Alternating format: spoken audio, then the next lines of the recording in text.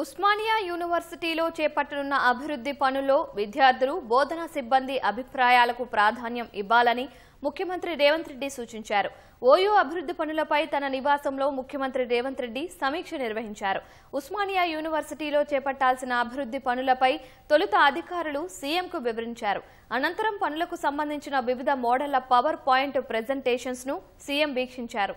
Hostel, భవనాలు, రహదారులు, academic blocks, auditorium నిర్మాణాలకు సంబంధించి పలు మార్పులు చేర్పులను సీఎం సూచించారు. యూనివర్సిటీ పరిధిలోని అటవీ ప్రాంతంలో పనులకు అర్బన్ ఫారెస్ట్రీ నిధులు వినియోగించే అంశాన్ని పరిశీలించాలని అధికారులకు సీఎం సూచించారు. విద్యార్థులు, సిబ్బంది భవిష్యత్తులోనూ ఎటువంటి అసౌకర్యానికి గురికాకుండా నిర్మాణాలు ఉండాలని సీఎం అన్నారు. చారిత్రక ప్రాధాన్యం లేని పురాతన భవనాలకు భారీ మొత్తాలు వెచ్చించి మరమ్మతులు చేసే బదులు నూతన భవనాల నిర్మాణానికి ప్రాధాన్యం ఇవ్వాలని సీఎం సూచించారు.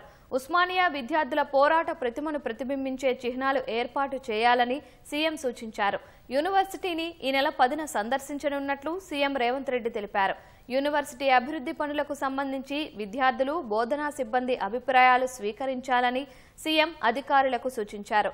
తొలుత అభివృద్ధి నమూనాలు వారి ముందు ఉంచాలని, తర్వాత వారి అభిప్రాయాలు తెలిపేందుకు డ్రాప్ బాక్స్లు ఏర్పాటు చేయడంతో పాటు ప్రత్యేక వెబ్సైట్ను ఏర్పాటు చేయాలని సీఎం సూచించారు.